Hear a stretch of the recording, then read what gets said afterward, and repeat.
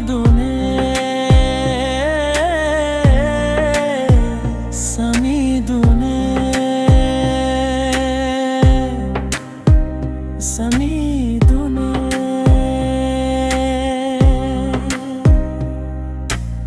ඉපදුනේ කුමරු සල්මල් උයනේ තිබ අඩිය ගානේ නෙළු මල් පිපුණ ඒ දසුනේ දෙවිවරුප අහසින් වැඩි දිවියේ තථාගත යාන ලෝකයට පහළ වූයේ ශිල්ප ශාස්ත්‍ර කුමරු කඩිනමින් කෙරුවේ කාගේ හිත ආකර්ෂණය වූයේ අසිත තවුසන්ගේ හොදම සිසු වූයේ ශාකය වංශයේ කුමරු සිටිකිබුල්වත් නුවරේ දැක්කා කුමරු සතර පෙර නිමිති කුමරුට ගුහිගේ අත්හැරුමට සිතුනි යශෝදරා රාහුල සිටි මැදුරේ සැකපි කන්තක අසුපිට නැග චන්න සමග නිරංජනා නදියට පැමිණි කේශය සමග අවරද අත්හැරුණි කන්තක චන්න දෙදෙනා ශෝකයට පත් වුණි දරා ගන්න බැරිව වේදනාව කන්තක මියදුනි ගීගේ අත්හැර කුමරු පැවිදි දිවියට එළඹුණි බව දුක් නැසීමට මග එහි නොවුනි ධර්මය සොයා ගුරුවරුන් කරා පැමිණුනි සය වසරක් දුක් මග වෙත තිනෙමි එන මුදු දම් මග එහිද නොතිබුණි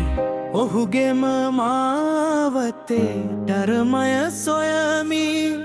නිරංජනාගන් තෙර වෙත පැමිණි